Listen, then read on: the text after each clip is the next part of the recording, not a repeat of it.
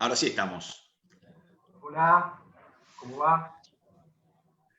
Bueno, hola Dani nuevamente, hola Gabriel. Ahora sí estamos en vivo, así que, bueno, así es. Bueno, y avanti. damos Ahí aguanten un segundito, que está tardando, y ahora.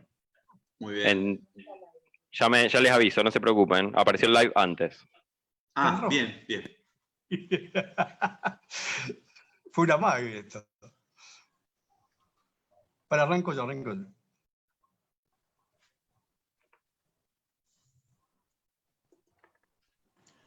Entonces me tomo otro mate.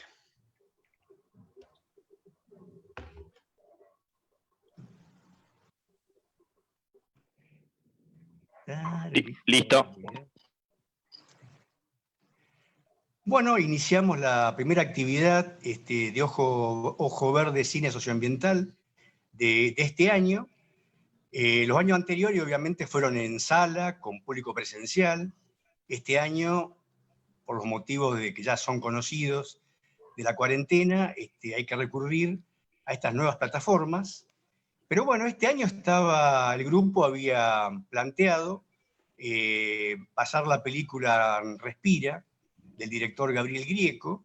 Esto obviamente no fue posible, pero bueno, estamos con él para charlar sobre la película, sobre una serie de temas que cruzan la película.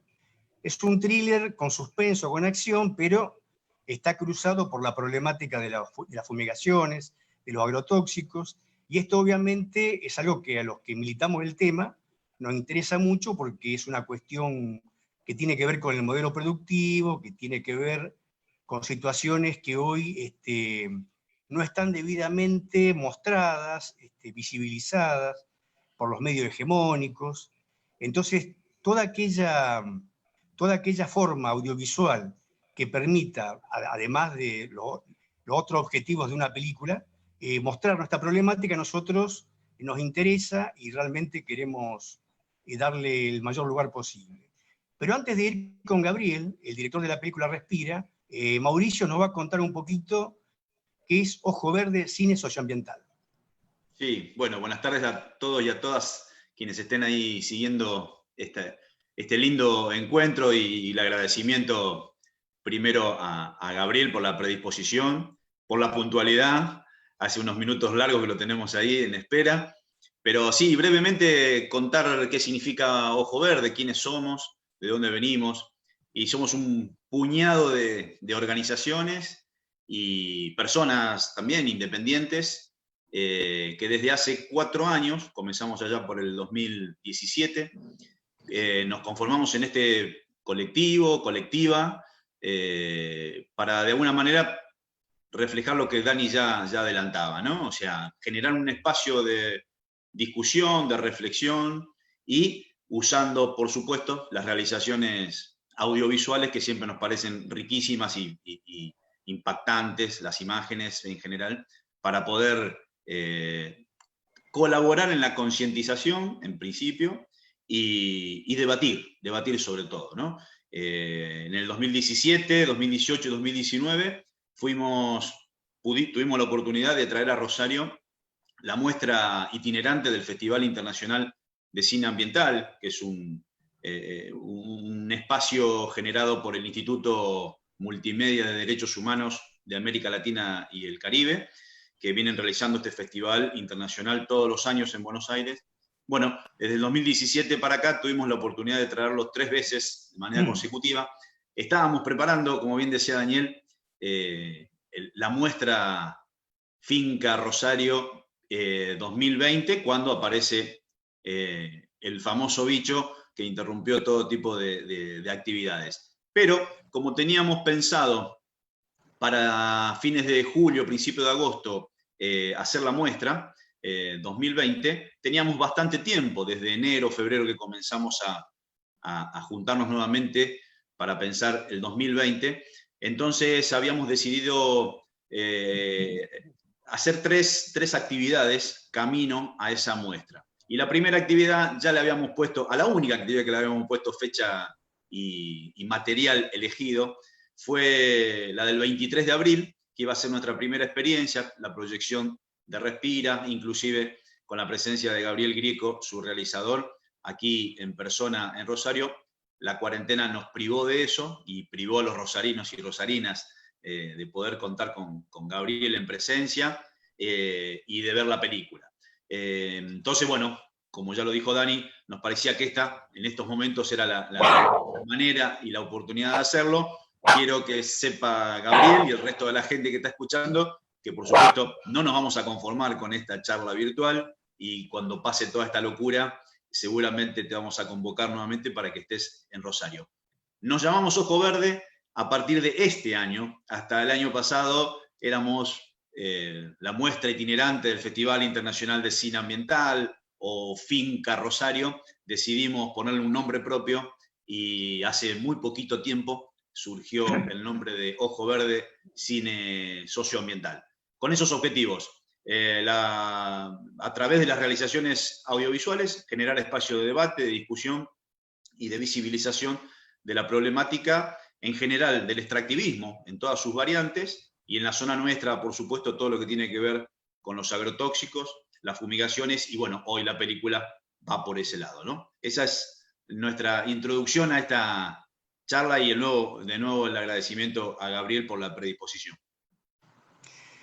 Bueno, la verdad que bastante claro. Y ahora, bueno, arrancaríamos con vos, Gabriel. Yo, digamos, lo que más me interesa en lo personal, y creo que muchos de quienes estamos en el tema ambiental, es que esta película, si bien tiene suspenso, tiene acción, entretiene, obviamente está cruzada por la problemática de los agrotóxicos. ¿Vos cómo tomaste contacto con esta realidad que está un poquito tapada por los medios? ¿Cómo llegaste a ella, digamos? Bueno, primero gracias por la charla y bueno, nada, es fundamental los espacios también de difusión por la problemática. Ustedes son los que realmente, me parece que si hay alguien que hace algo para que las cosas puedan cambiar de a poco, tiene que ver con todos los grupos, el activismo más fuerte. Así que bueno, agradecidos y a lo sumo, lo poco que puedo hacer yo es tratar el tema en una película.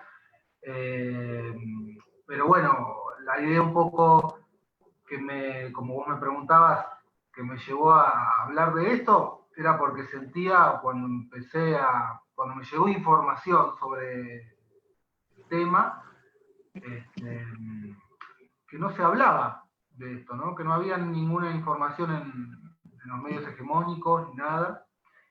Yo ya venía haciendo cortometrajes, había hecho mi primera película, y por medio de mi viejo, que es pediatra, y él trabajó y tuvo un colega mucho tiempo, después se fue al interior, a Córdoba, pero cada tanto, cuando estuvo ahí, lo fuimos a visitar y seguían como en contacto, que se llama Jorge Kaczeuer, que quizás lo conocen. Me llega un libro que se llama La amenaza transgénica, que mi viejo ya me había hablado de eso, y como a mí me interesaban los temas sobre el medio ambiente, me empieza a comentar de esto. Habrá sido el año 2008, 2009, 2010, pero que empiezo, bueno, y que leo el libro, y que quedo impactado, porque si bien algo había escuchado o de charlas, ¿no? Es una documentación muy fuerte de tiempo atrás, no solo en Argentina, en Latinoamérica, en Canadá, de toda la situación, y está ahí documentados casos desde el año 2000, que recuerde, o no sé si de más atrás.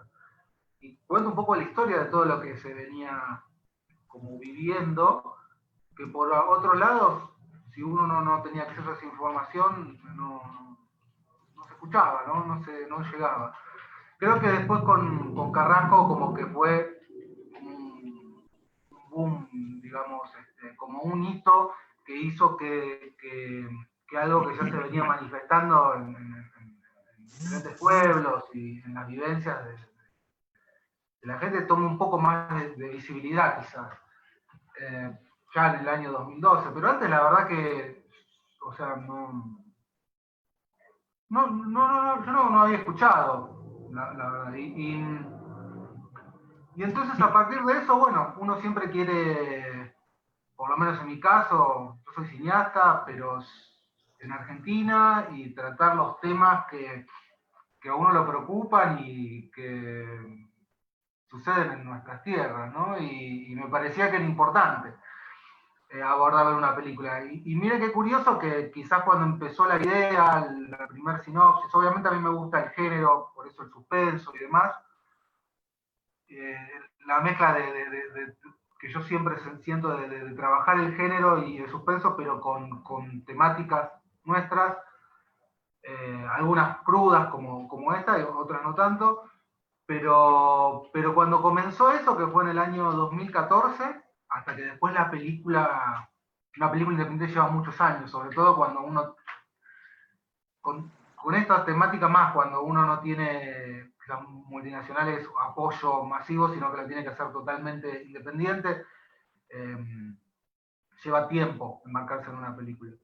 Y hoy estamos, en 2020 ya la película se estrenó, ya se vio, ahora ya está incluso en Flow y en plataformas, llega la gente y seguimos con lo mismo, ¿no? Está más vigente que nunca, no cambió mucho, sí cambió que hay un poco más, se habla un poco más, se llega un poco más de lo que era en el 2012, digo, pero hubo avances, como no, pero el tema está, no hay solución. Entonces, nada, me parece que eso fue uno de los temas o los motivos por los cuales embarcarse en esta película, porque sentía que no había incluso otras películas que hablen del tema, y era algo fuerte que vivimos acá, sin ir más lejos hoy por hoy, si te vas a Exaltación de la Cruz, sucede muy cerca de Buenos Aires, no hay que buscar en irse a Córdoba, Santa Fe, a otras provincias, está cerca del centro sucediendo, ¿no? Indiscriminadamente. Entonces, y además, algo que más allá de la zona donde uno vive, todos ingerimos los alimentos que vienen de esos lugares, o sea, es algo que no nos llega a todos. Pero, por ejemplo, aún así, cuando tuve la primera presentación de la película, se proyectó en Corea. Fui al festival, tuve la posibilidad de ir y la gente que fue, después me la crucé en el festival, ¿no? Que había ido a la primera proyección, porque generalmente las películas se proyectan 2 veces. Y me decía, yo después de ver la película, la verdad que no tenía ni idea que eso era una realidad y que eso pasaba. Se quedaron impactados, ¿no? Después de la película empecé a googlear y a través de internet pude acceder a cierta información, pero nunca habíamos escuchado nada de eso. Gente que vive ahí, ¿no? Y bueno, eso me pareció importante, ¿no? Que el cine, a través de una historia, puede llegar a un lugar tan remoto y tan lejos donde no ha llegado. Si acá hay poca información, imagínate en Seúl. Y empezar a cuestionarse y a pensar sobre el tema de la alimentación y de la gente donde se producen los alimentos.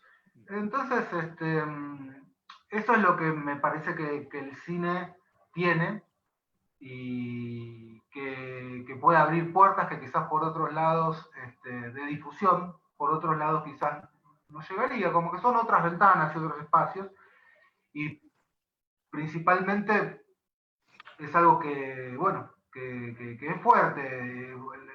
También el tema es cuando uno empieza a investigar y se empieza a meter, obviamente tiene que leer, y yo estuve en Canals, en Córdoba, en la provincia de Córdoba, viendo que un poco lo que leía o hablando con una maestra en una escuela, y que todo eso le pasaba, ¿no? Como en contacto, viéndolo ahí, que a veces estaban jugando con los chicos y se metían adentro porque pasaba la avioneta fumigando encima de la escuela donde ella daba clases. Entonces no son solo cosas que uno las leyó, sino que después uno las vive y que son fuertes. Entonces también, bueno, tiene también ese otro costado que llegó un momento que que uno también tiene como que levantar el pecho y respirar un poco como el título de la película y tratar de salir adelante porque no es fácil. Si uno también quiere ser como fiel al público, tiene que meterse, tiene que investigar, tiene que ir, tiene que involucrarse, y no es fácil esa parte, ¿no? Pero bueno, nada, es muy poquito lo que hago con respecto a lo que ustedes saben y lo que ustedes viven y todo lo que ustedes hacen, ¿no? Sí, pero realmente es un aporte enorme, porque creo que es la primera película de ficción no documental que plantea la problemática de esa manera tan directa. Yo veo que algunos de los actores que participan son gente que en su vida personal tienen posturas, digamos, ambientales o políticas muy definidas, un grado de compromiso. Alguno de ellos creo que incluso apareció en los cortos de Conciencia Solidaria, denunciando el cianuro en la megaminería. Es Nicolás Porro. importante, sí, Nicolás Pols. ¿Es importante, suma o es indistinto en una película como esta contar con actores que en su vida personal tengan compromiso social? Bueno, en principio, a mí como realizador me importa. O sea, yo aprendo también con ellos. O sea, con Nicolás Pols en realidad yo lo conocí para un video que hicimos para una ONG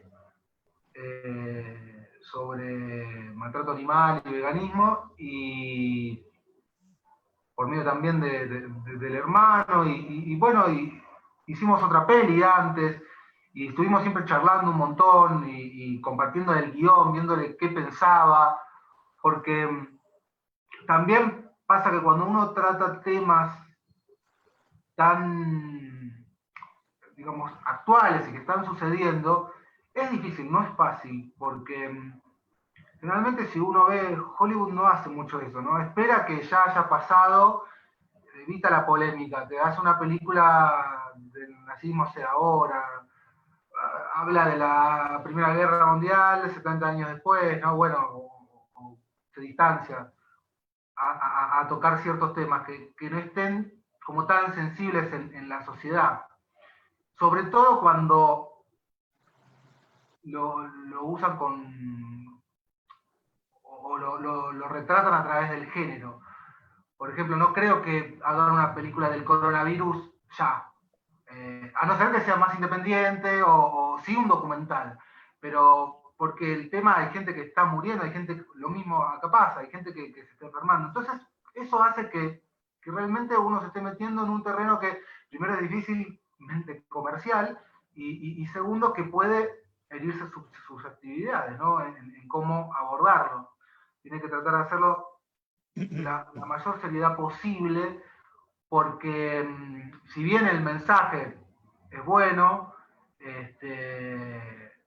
digamos, uno lo ve a través de la ficción, yo no lo vivo y hay gente que sí lo está viviendo. Entonces cuando uno se mete con eso, tiene que tener mucho respeto y mucho cuidado. Y para mí es muy importante, sobre todo porque es el género, no es un documental, digamos, no es que se está mostrando la realidad tal cual es, sino que se está usando un mensaje, pero también basándose en situaciones reales para construir una ficción. Más allá del mensaje, hay toda una fantasía también, además de lo real. Entonces,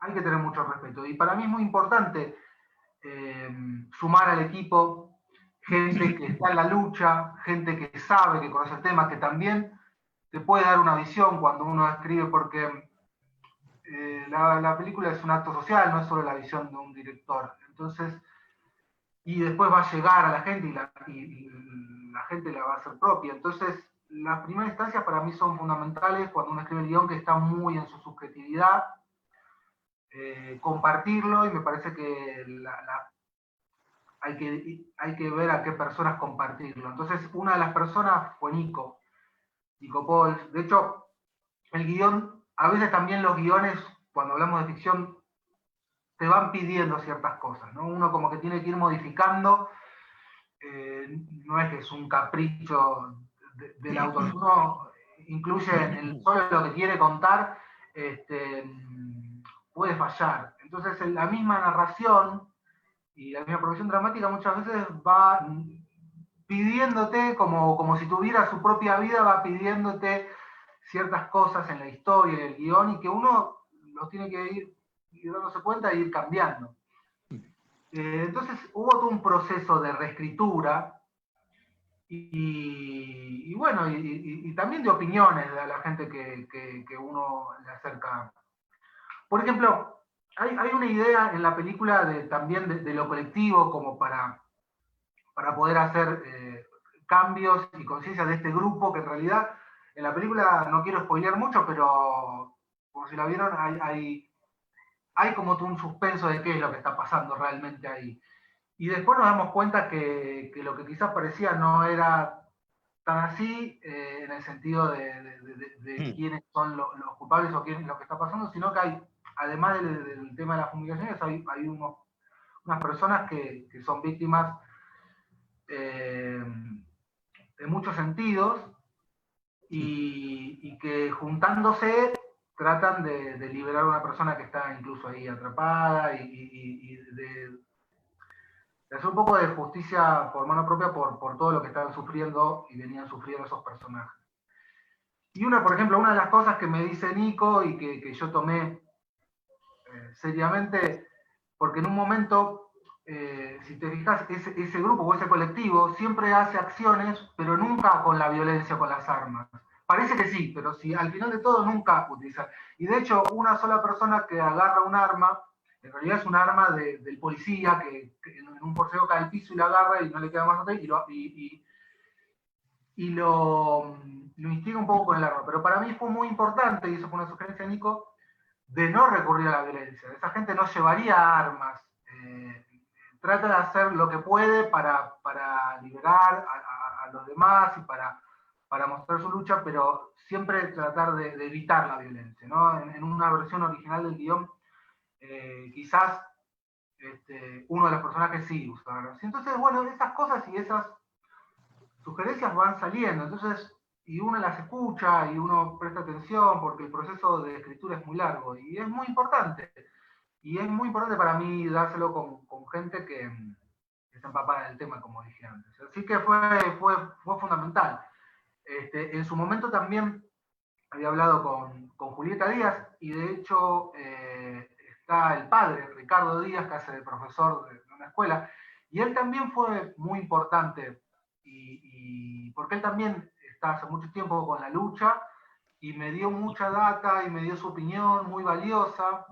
Entonces para mí fue importante ponerlo en un papel clave a él y escuchar también su devolución del guión antes de salir a filmar. Entonces, no sé en otros casos, yo te puedo hablar del mío, pero me parece que cuando uno habla de estos temas tan delicados, sí, hay que rodearse de la gente que sabe y que viene hace tiempo luchando, ¿no? Bien, Gabriel, hay algo que no quería, que quería preguntártelo sí o sí. Qué sé yo, no sé si durante el trabajo, que vos decís que arrancó allá por el 2014, o por lo menos la idea y todo el laburo de investigación y de recorrer lugares, me imagino, y entrevistar gente y esas cosas, o posterior al estreno de la película, la pregunta es si tuviste, o si tenés en este momento, algún tipo de apriete, podríamos decirle, o de llamados de atención de algún sector, de alguna persona en particular. Esas cosas que lamentablemente suelen suceder, sabemos de otros casos que ha sucedido. ¿Te pasó algo de eso? ¿Tenés ganas de contarlo en el caso que haya pasado sin que desnudes demasiado?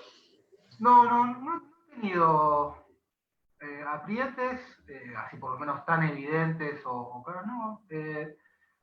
Yo creo que al ser una película de ficción en algún punto y que cuenta una realidad que también ya está en algún punto documentada y disponible, quizás lo ven como que es una película, ¿no? Y sí, obviamente, a veces pueden pasar como cosas extrañas, o en una proyección se armó un debate medio interesante, ¿no? Se enteraron y había gente de ingenieros agrónomos diciendo, bueno, no están así, con gente activista de la zona y debates, pero siempre de una manera enriquecedora.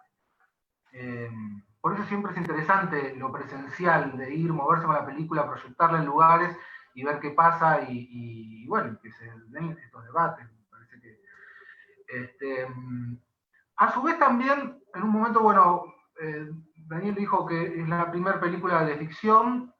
Ha habido muchos documentales, pero es verdad, es la primera película de ficción. Cuando la pensé, por lo menos era la primera. Ahora también hay otras. El año pasado y medio en paralelo se estrenó una película de El Rocío. Es verdad que es la primera que lo trata desde el género, desde una película de suspenso y de acción, porque quizás incluso El Rocío es un drama que hasta tiene partes de documental, entonces es un acercamiento a la ficción, pero no deja la cuestión documental. Y acá está pensado como una película de ficción donde justamente, si bien se hablan de ciertas cosas, evitamos mostrar imágenes reales o de golpes bajos, y lo que se apunta es a que la película pueda ser digerida por el público general, que le llegue a lo masivo y así, de esa manera, como Caballito de Troya, entrar también el mensaje, pero que pueda verla cualquier persona, ¿no? De hecho, yo he hecho otras películas al gustarme el género, más violentas y hasta más sangrientas, y acá fue como una decisión, no mostrar imágenes de niños enfermos, si bien se habla, no impactar por ese lado. Para eso están los documentales y la gente muchas veces no quiere ver eso. Entonces acá la idea es una historia, de hecho es una historia universal que habla de una familia, del amor de una familia que se encuentra con este problema, que lo vive, un poco primero ajeno porque viene de la ciudad y al irse a vivir al campo se encuentra con esto. Yo siempre lo pensé incluso como que la película sucede unos años antes, no ahora. Entonces todavía había más ignorancia, sobre todo de los citadinos, ¿no? Y un poco que mi idea o la visión para mí de esta familia en la película, de estos personajes, es un poco como la del espectador, que va con otro rollo y a medida que le va viendo la película y se va metiendo en la historia de los personajes, se va enterando también de algo que sucede en esta ficción y que sucede en la realidad. Un poco como estos personajes que, viviendo estas peripecias, se van enterando de lo que pasa en el pueblo y que a veces hasta no lo pueden creer y después terminan confirmando que es así, sobre todo con la charla del maestro y queriendo un poco tomar partido por lo que pasa, dejar el trabajo, escapar, poner a la familia, como que empiezan con una pasividad y con el solo hecho de abrir un poco las orejas y ser más perceptivos a lo que está pasando, que enterarse un poco de lo que está pasando, toman como alguna especie de cambio de lo pasivo a lo activo esos personajes. Y bueno, me fui un poco por las dramas, pero digamos, esa es la novedad de la película, pero creo que ya se venía el cine nacional de a poco. Bueno, está el documental de Pino, también, que se estrenó hace unos años, Granja de Fuegos Fumigados. Entonces, yo creo que quizás ahí, que es una película incluso mucho más contestataria en algún punto, porque es un documental y además va con información dura y con hasta la venta de marketing también como en una lucha, me parece que ahí podría ser mucho más justificado, ¿no? El caso de aprietes y demás. Y además que en algún punto esta película se inició de una manera independiente y remando para hacerla. Entonces, no es que estuvimos en una situación de poder con muchos medios a favor al principio. La verdad que en el estreno hubo mucha prensa y mucho interés y eso lo agradezco. Yo creo que un poco interesó la visibilidad del problema y también los actores acompañaron y gustó la película, que eso ayudó a que se hable. Y estuvimos haciendo muchas notas en febrero y en marzo y sin problemas. De hecho, me sorprendió que algunos medios, que quizás en otras películas fueron un poco más reacios, se mostraron como permeables o abiertos, hicieron una buena crítica de la película o la recomendaron incluso. Entonces eso habla de que realmente hay una necesidad de que se hable de eso y que ya está, ¿no? Un poco, por lo menos, no sé si quisieron, si es algo como que quieren quedar políticamente correcto, lo que se llama, como vamos a darle este espacio porque ya no da para más, o no sé cobré, pero me sorprendió. Esperaba quizás en algunos lugares ataques y no lo hubo. Es verdad que tampoco hubo publicidad, digamos, o vayan a ver, pero por lo menos pasó como ahí. No hubo una contra. Y bueno, pero después, nada, yo soy simplemente también un cineasta, un director, ¿no? De hecho, me pongo contento también que sume, pero uno siempre también tiene esa duda de si puede sumar un granito de arena a la causa o no. Estaba mirando... No quiere cambiar el mundo con las películas, pero por lo menos ver lo que está pasando, porque sabe que no es imposible cambiarlo con una película, pero por lo menos ver un poco lo que está pasando y transmitir información y dar un mensaje, ¿no? Claro. Daniel. Estaba viendo, Gabriel, que fuiste también guionista de la película. ¿Es necesario que el director se involucre cuando es un tema como este, o no siempre es así? Bueno, en mi caso me parece que sí, me parece que todo trabajo de guionista tiene que tener cierta rigurosidad, ¿no? En principio siempre sirve escribir sobre lo que uno vivió, o lo que uno, eso lo hace más profundo y más con más magia, o no sé si magia es la palabra, pero es más vivo lo que uno transmite si uno habla desde lo que sabe, que meterse en temas que desconozca. Y si no conoce tanto, sí hacer un proceso de investigación es fundamental para poder tratarlo con altura, digamos, el tema. Y en este caso yo también tuve la colaboración, Script Doctor le llamamos, que después de que yo había escrito como la primera idea, trabajó mucho conmigo en el guión, que fue Lautaro Vilo, que es un dramaturgo, y que también a su vez hizo mucha investigación del tema. No se pone a escribir así como así, es como que siempre hay un proceso de investigación, quizás antes de ponerse con la escritura te lleva 3-4 meses, también tiene que estar 1 o 2 meses leyendo, investigando, recaudando información, y bueno, yo lo veo así, para poder hacer una mejor película, pero bueno, no quiere decir que todos lo hagan, pero me parece que donde se trata de más seriedad es una parte fundamental a la hora de la escritura. Está bien. Gabriel, vos te preguntabas si es un aporte tu película. Nosotros, digo, para tu conocimiento, definimos pasar Respira y hacer lo posible para que vos estés en Rosario, bueno, y ahora aquí, lo definimos en una reunión. Nos llevó una reunión poder decir todos de manera unánime, sí, esta es la primera película que queremos pasar en el 2020, por lo que decía Daniel y vos también marcabas, ¿no?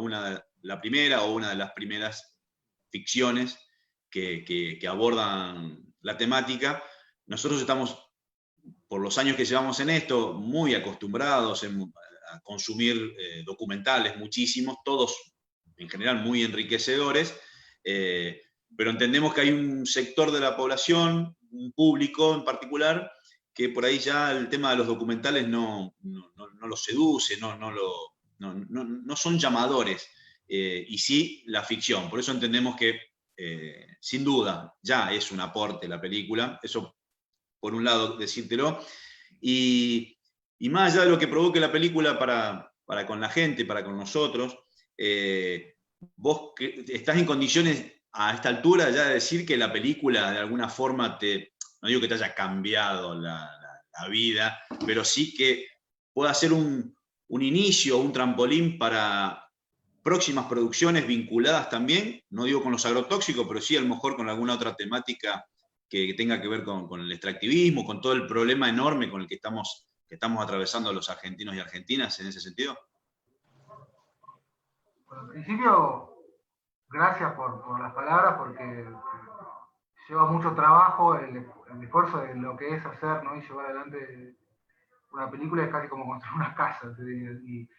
Y entonces, bueno, ver que se valora o que puede llegar es una alegría. Por suerte, también cuando se terminó, hicimos algunas proyecciones con gente entendida, con activistas, escritores, un poco porque estaba esa preocupación de cómo la sentían, de gente que vivió el tema y dentro de todo fue muy positivo, con bastante apoyo y entonces, bueno, eso también a uno lo deja tranquilo. Siempre obviamente va a haber diferencias como en todo y algunas cosas o que uno hubiera hecho distinto, o incluso yo mismo cuando ves el resultado final, críticas o gente que se divide un poco las aguas y que a algunos les gusta una cosa, a otros no. Pero sí creo eso que vos decías, que la gente hoy por hoy, y es importante el cine como comunicador de un mensaje, y la gente ya no quiere ver o sale corriendo un poco con ciertos documentales, como que le choca y a veces es muy difícil conectarlos. Sí, un entendido, los documentales son valiosísimos porque justamente cuando más querés saber, ahí está la información, como un buen libro. Pero esto no es para entendidos, los entendidos que se encuentran cortos, ¿no? Es más que nada para el público común, para transmitir un poco lo que está pasando en ciertos lugares. Esa era un poco la idea, o por lo menos de hacer cine y tocar esos temas. La temática de por sí, a mí me interesa seguir tratándola en mi cine. Parece que hay mucho todavía por contar, que esto no va a terminar, empezando. A su vez, en su momento, la película tenía como un título, así como no usamos imágenes fuertes de mostrar un primer plano de un niño con cáncer o que podrían alejar al espectador.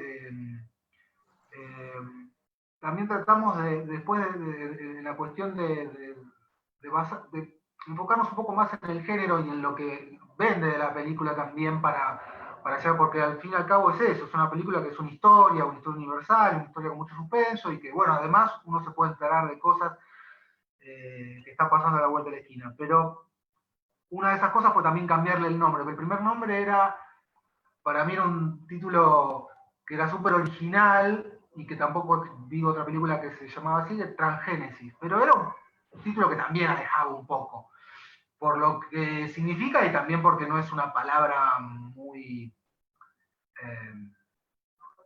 afín, ¿no? con llevar gente a ver la película. Pero por eso decidí mantener el Transgénesis, porque sentía que Transgénesis podría llegar a ser una serie de películas que hablan de lo transgénico, o no, veremos, después el tiempo dirá. Y esta película respira, es como un capítulo de algo que si después sale, sería interesante poder seguir hablando. Hoy por hoy no es que tengo algo en particular o un proyecto ya avanzado, pero dejar la puerta abierta, ¿por qué no? Porque me parece que me interesa debatir y hablar de estas cosas y bueno, ir viendo cómo avanza todo. Vos sabés, Gabriel, que vos hablabas de que más o menos ya por el 2008 comenzaste a ver estos temas, ¿no?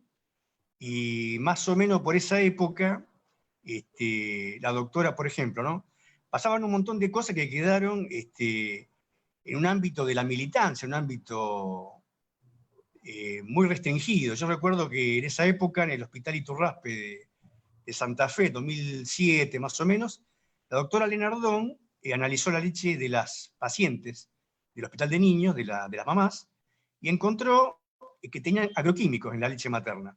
Ella lo hizo público, no se lo guardó para ella, y eso quedó restringido a un ámbito muy militante, digamos, un ámbito chiquito. Y algo, no había redes sociales como hay hoy tan activas, pero pasaban muchas cosas de esas, que son fuertes, porque una noticia fuerte, que vos tengas en las internas de las madres comunes de un hospital, a alguien se le ocurre analizar su leche y encuentra agroquímicos, ¿no? Sí, un chiquito, recién nacido, Claro. tomando, ¿no?, ese alimento. Y vos En la fijate leche que, materna. claro, vos fíjate que en este país tenemos el 80% de los cultivos, de las áreas cultivables, que son transgénicos.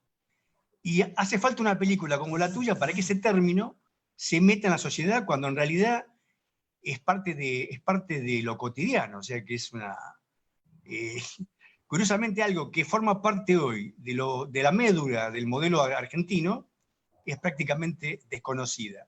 Digamos, por eso yo valoro mucho el hecho de que una ficción nos presente eso. Y veo que hay actores como Sofía Gala, Leticia Bredish y Gerardo Romano, el actor principal que es Lautaro Delgado, ellos, digamos, son conscientes del aporte que están haciendo en materia de este tipo, digamos. Sí, yo creo que sí, que también a ellos les interesó mucho, además de, bueno, de la construcción de su personaje y de la historia que tenían que contar, el aporte y el mensaje que dejaba la película. Me parece que fue ¿cómo se dice? Como un evento catalizador que los movilizó también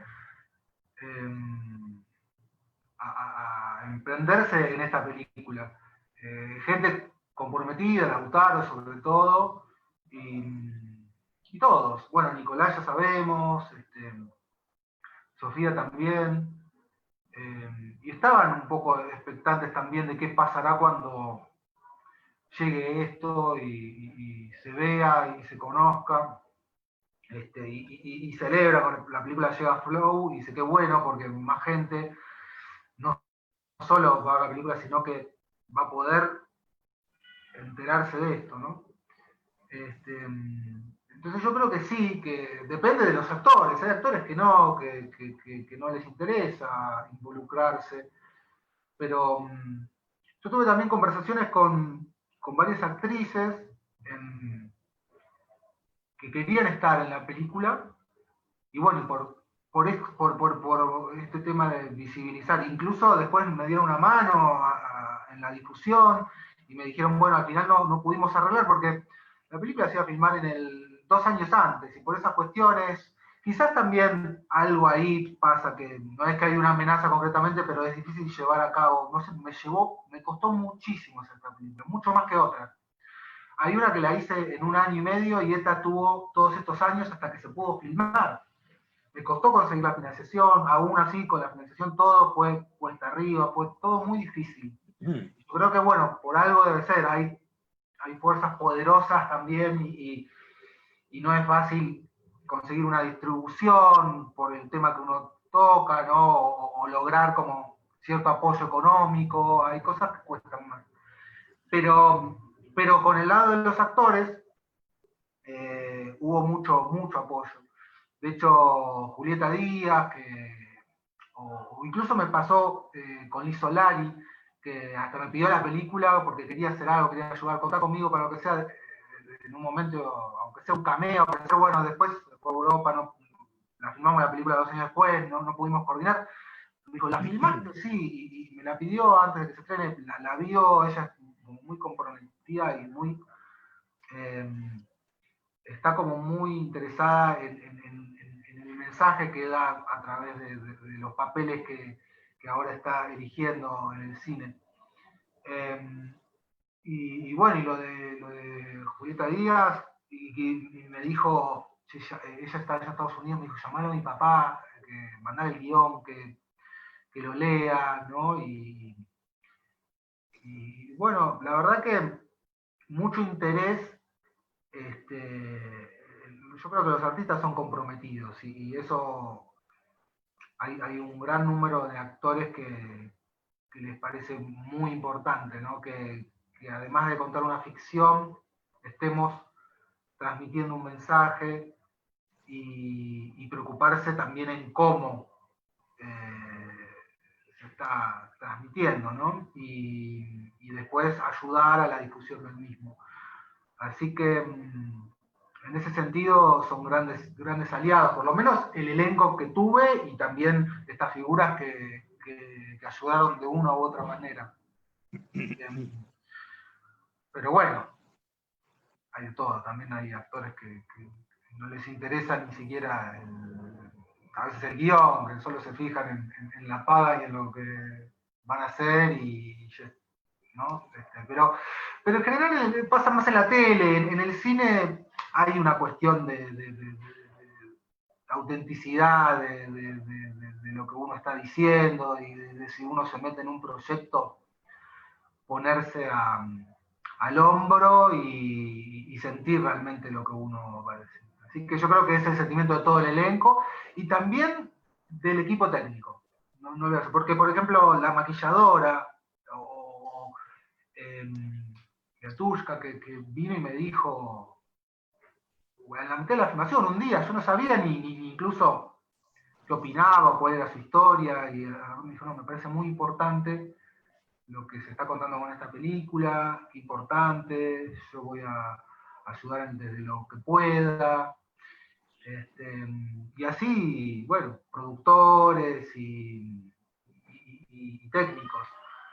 Como que hay un compromiso de todo el equipo y eso es lindo verlo que en el cine se respire eso. Porque lo más feo que podría pasar sería no estar contando eso, pero que uno no como que uno crea, pero que en lo que está diciendo, pero que el resto no lo vea, o no lo acompañen, y para un director sería sentirse muy solo. En toda la titánica tarea que llevar adelante una película. Está bueno. Gabriel, mira, te voy a transmitir, a ver si puedo traducir con mis palabras algunas intervenciones de gente que está mirando. Bueno, por un lado nos dicen si la peli... primero comentan que la peli es un acto social y que es muy interesante el diálogo entre género, ficción y documental. Y si la película se puede pasar en escuelas o en instituciones, museos y demás. Eso por un lado. Si querés contestarlo ahora, comentar alrededor de eso. Bueno, en principio sí, para mí es fundamental. Ya un poco la peli, primero obviamente los productores esperaban y los distribuidores el primer paso comercial, estreno en salas, la llegada a las plataformas. Ahora en España está en Movistar Plus, acá en Latinoamérica se encuentra en Flow. Un poco esa etapa llegó y para mí lo más importante es que siga el recorrido y se siga viendo. Y entonces lo más importante, siempre lo pensé así desde el comienzo incluso de la película, era llegar a las escuelas y a las universidades. Y que se pueda proyectar ahí.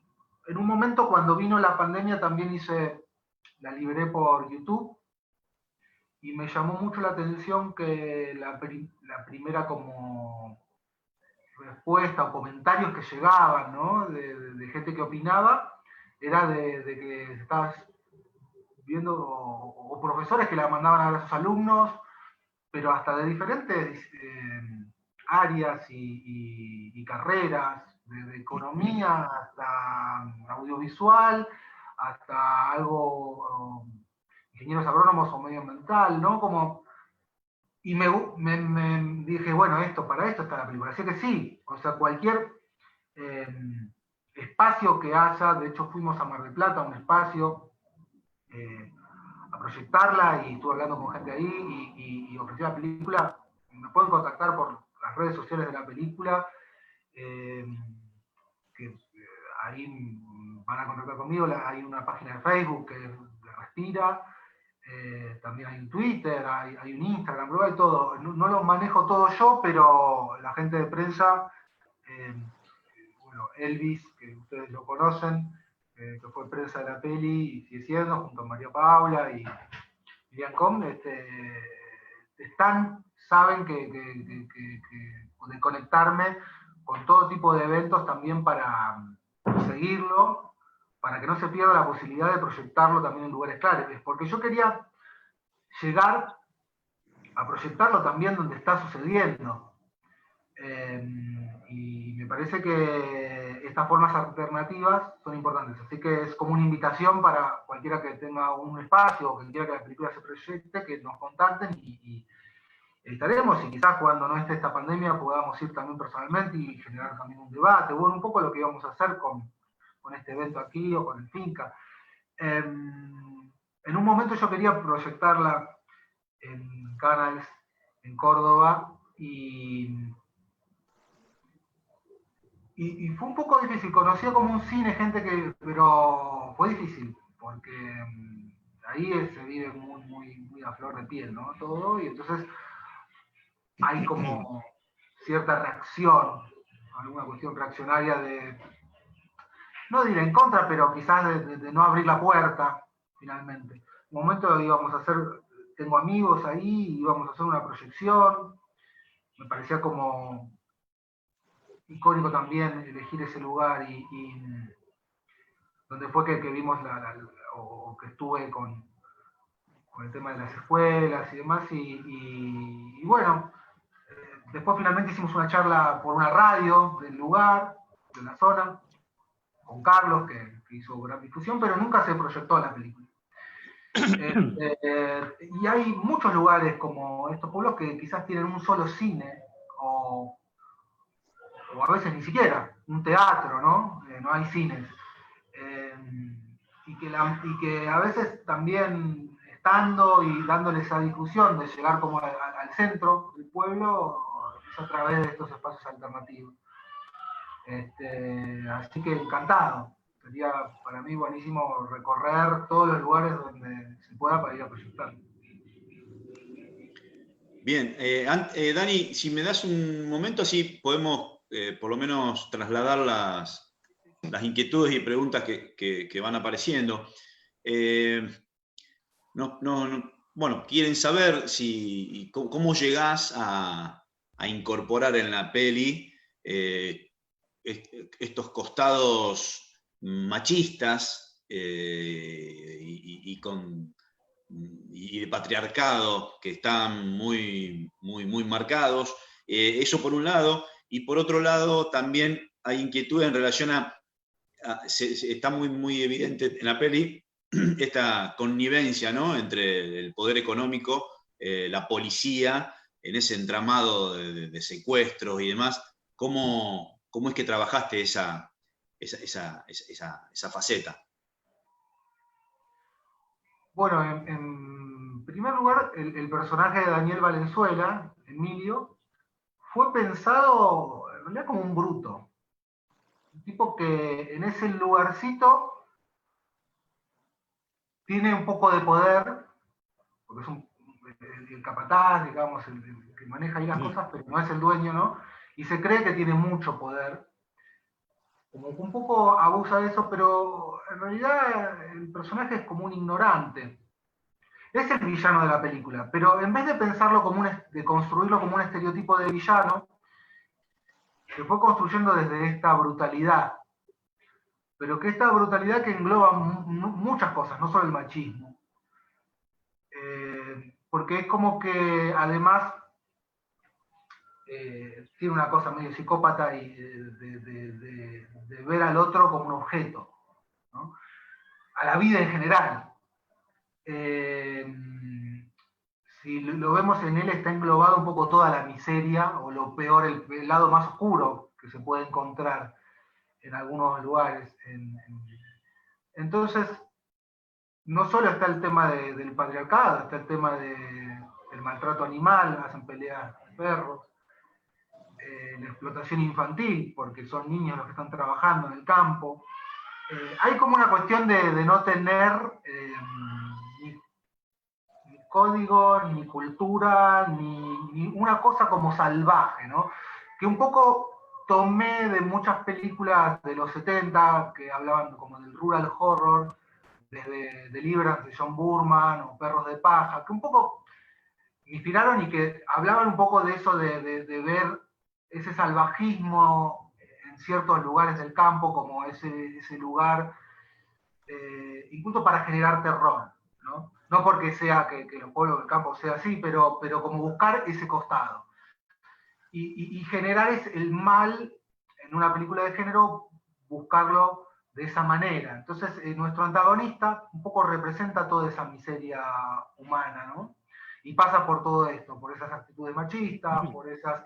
que él está convencido que ama a los animales y que ama a su perro, pero lo hace pelear en pelea de perro, lucra con eso, y después, bueno, lo va a curar, y tiene como ese sentimiento de que lo quiere, pero terrible, ¿no? O sea, lo acaba de matar de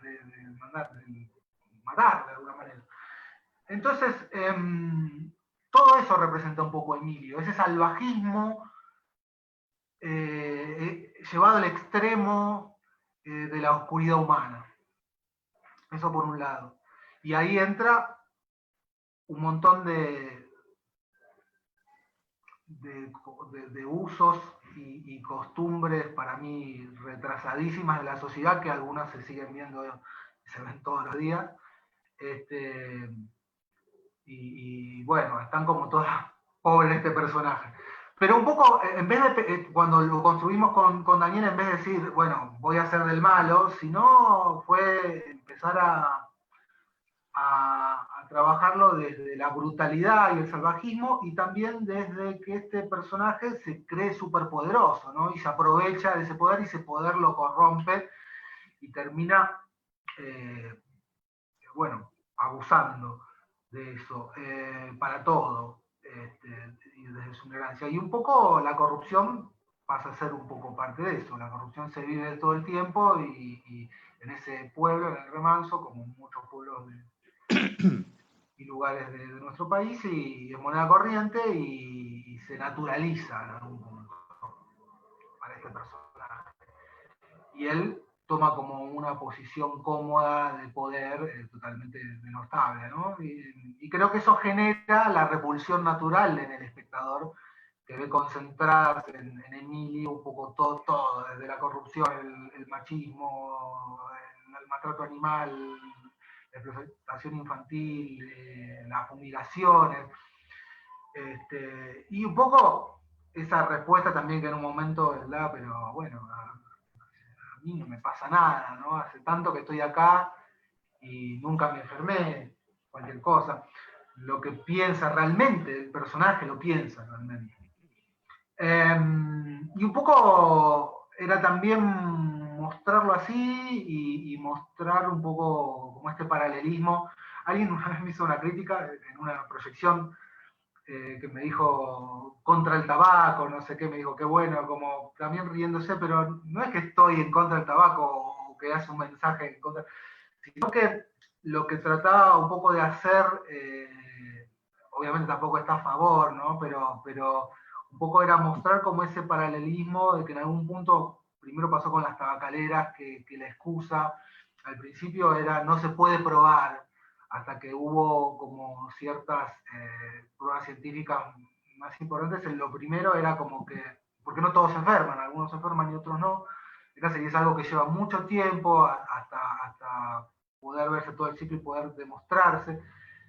Y bueno, un poco acá pasaba lo mismo, ¿no? Esa excusa de, bueno, pero no, esto que están diciendo está mal porque no se puede probar, no es así, a mí no me pasó nada, yo trabajo con esto, bueno, porque no a todos se enferman.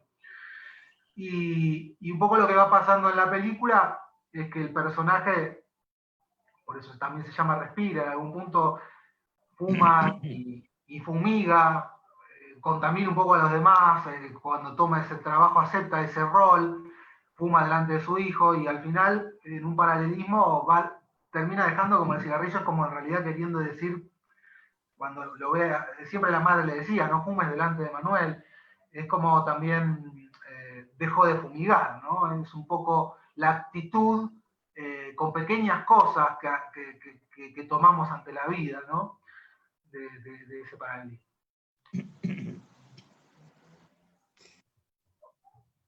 Bueno, un poco por las ramas, pero bueno, tratando de contar un poco también las otras como críticas o temas que también se tocan en la peli, más allá del tema agroquímico y su combinación.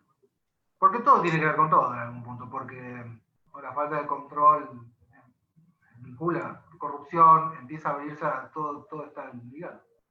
Tal cual. Tener en cuenta al otro. Así es. ¿Dani? Vos sabés, Gabriel, que si esto lo hubiéramos hecho sin la pandemia, de forma presencial te llevaríamos a comer a algún lado, comer unas pizzas, una cerveza, y hablaríamos de los entretelones de esto. Sería mucho más interesante. Ahora, todo es a través de estas plataformas. Yo, de todas formas, antes que nos vayamos, quiero mencionar a las organizaciones que vienen colaborando y bancando a través del tiempo esta actividad, como son el Taller de Comunicación Ambiental, el Museo Gallardo, el Centro Cultural Parque España, la Biblioteca Popular José Manuel Estrada, Propuesta Sur, la Multisectorial Paren de Fumigarnos, y ANTRAN, que es la Asociación Mutual de los Trabajadores Municipales. Un poco para que atrás de estas cosas siempre hay espacios que ad honorem aportan para que esto sea posible, ¿no? Sí, Y es importante que así sea. Si no... Y me imagino que a un director joven hoy conseguir fondos para una película debe ser muy difícil, ¿no? Sí, está difícil hacer cine en el país y bueno, y sobre todo cuando uno se mete más con temáticas así o cine independiente pero bueno, siempre hay un público y siempre hay que bajar los brazos, hay que seguir también luchando para cerrar la etapa de la película, no solo desde el guión, el rodaje, la postproducción, y ahora con la pandemia está más difícil. El sector audiovisual con esta cuarentena y estas reglas es uno de los sectores más golpeados en el sentido que es muy informal y no puede salir a filmar. Están, los actores, el sindicato de actores, tomando medidas que son para mí tan acertadas, pero hasta diciembre no va a abrir, no se puede hacer actividades con los actores, no pueden trabajar, no está legalmente permitido en este momento, y a su vez, con el cierre de los cines, el INCA, que era uno de los promotores de la cultura, hay una falsa creencia de que se piensa que lo pagamos nosotros con el supuesto. No, el cine viene de la plata del cine mismo. Y ahora está en una crisis muy grande porque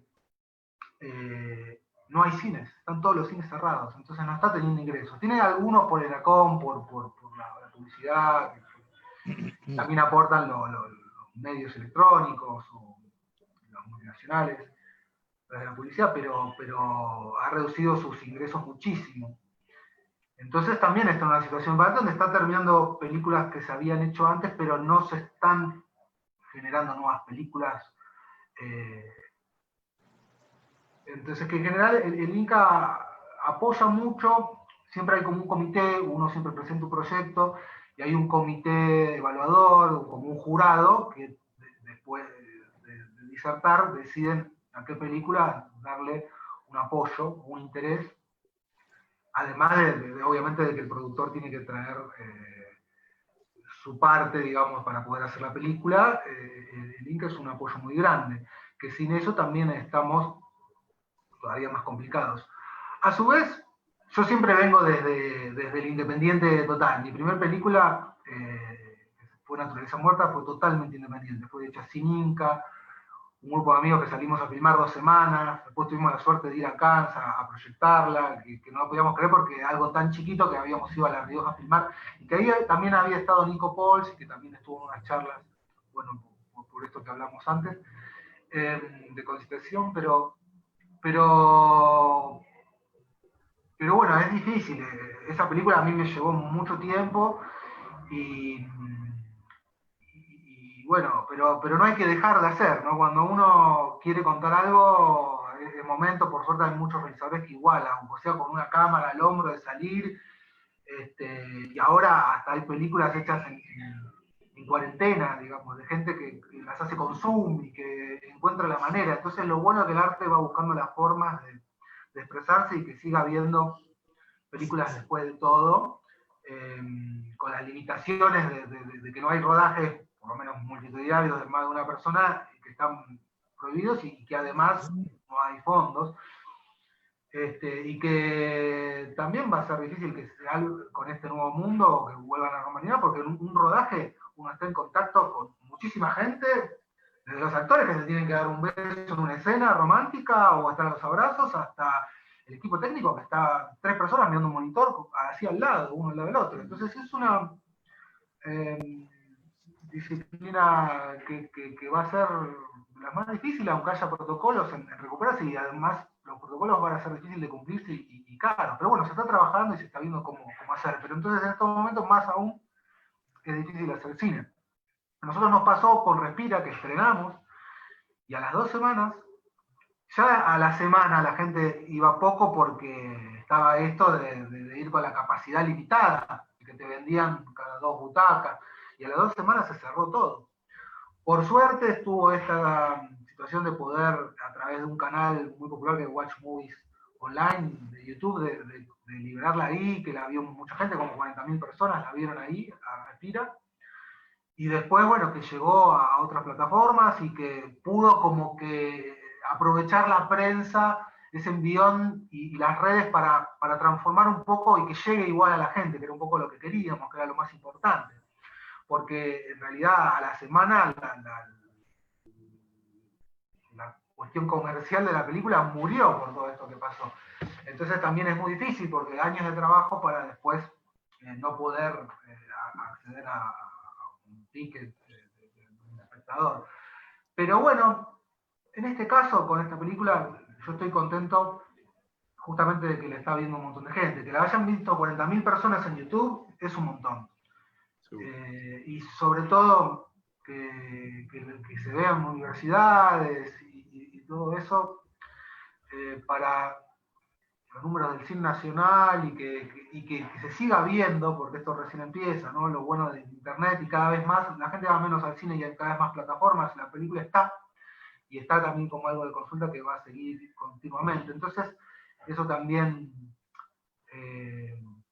es como que en el tiempo perdura lo mismo que, o más de lo que llevó a hacerla, ¿no? Los años de hacerla. Gabriel, lo último de mi parte, ya estaríamos redondeando. Sabemos que venís a pesar de la juventud, con un recorrido, o sea, sos realizador de... Pasado los 40, ¿eh?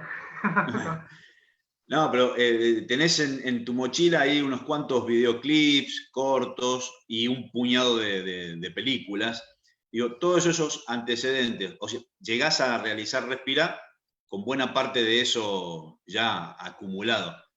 ¿Sentís que todo eso está en la película, todo ese recorrido, ese aplomo, me imagino, esa experiencia? ¿Cómo lo vivís?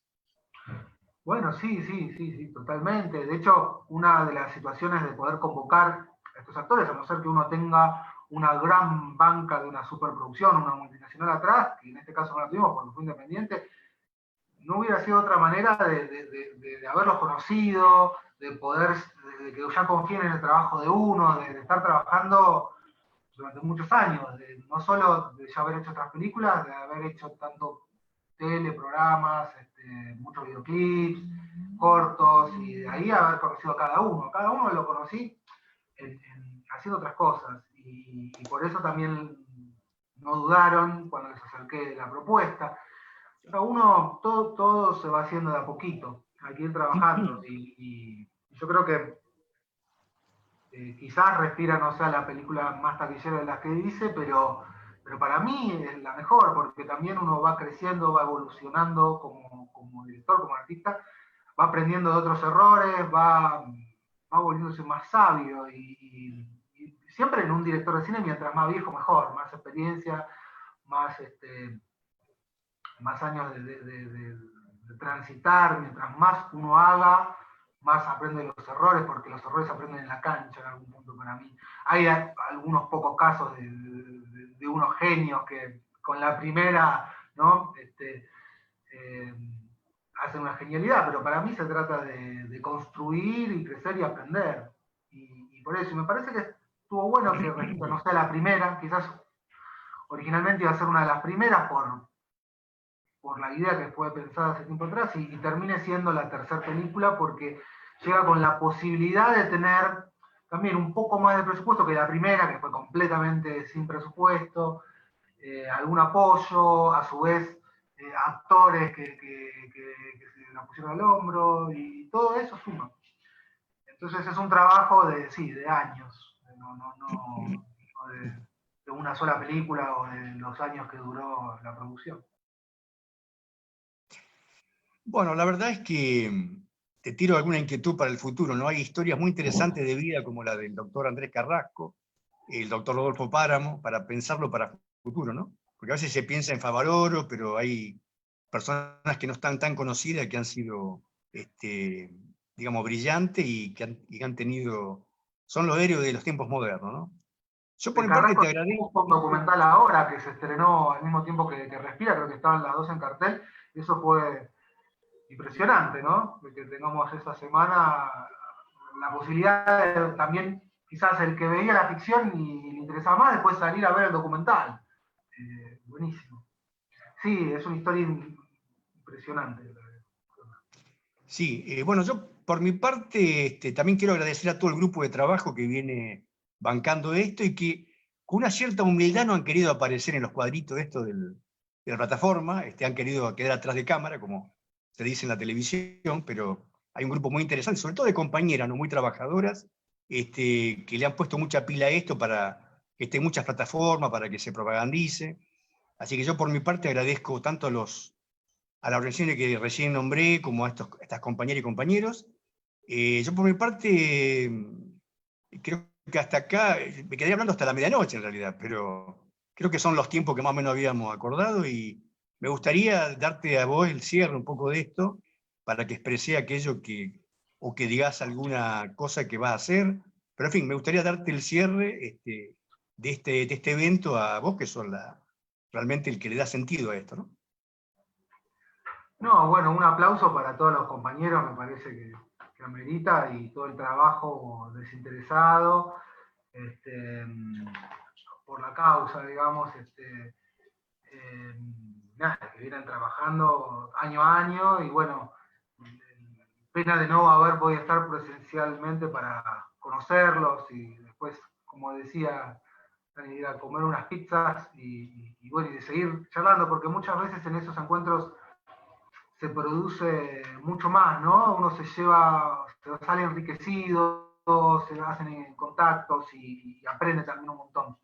Pero encantado de que podamos finalmente haber podido hacer este Zoom, esta charla, este encuentro, y que esté también disponible para la gente. Y bueno, y agradecido por sus palabras, que la peli la pueda, que está ahí, que pueda ser motivo de consulta, y vuelvo a reiterar que si alguien está en alguna posición de poder tener algún espacio de difusión para proyectar la película, que se comuniquen conmigo, que lo que más me interesa es que la película se siga viendo y se comunique sobre esto, que le llegue a más personas, y bueno, felicitarlos por todo lo que están haciendo, y que sigan en esta lucha. Y bueno, eso, yo me siento, nada, en realidad un poco desde afuera, ¿no? Como que dudaba incluso si hizo un granito o no, ustedes dicen que sí, bueno, ojalá que así sea, pero la realidad es que hay que seguir en esta lucha colectiva visibilizando todo lo que está pasando y no frenar, porque si no va a ser peor y no van a llevar puestos. Así que bueno, felicitaciones por todo lo que hacen y gracias. Muchas gracias, Gabriel. El compromiso de que tenés que venir a Rosario, eso sí o sí, te vamos a... Cuando quieran, cuenten conmigo. Quizás en otra película, ¿por qué no? ¿Cómo no? Le damos cierre entonces, Dani, ¿te parece? Compañero y compañera, cerramos acá entonces. Gabriel, muchísimas gracias, un fenómeno. Un saludo para todos. Buen fin de semana. Gracias.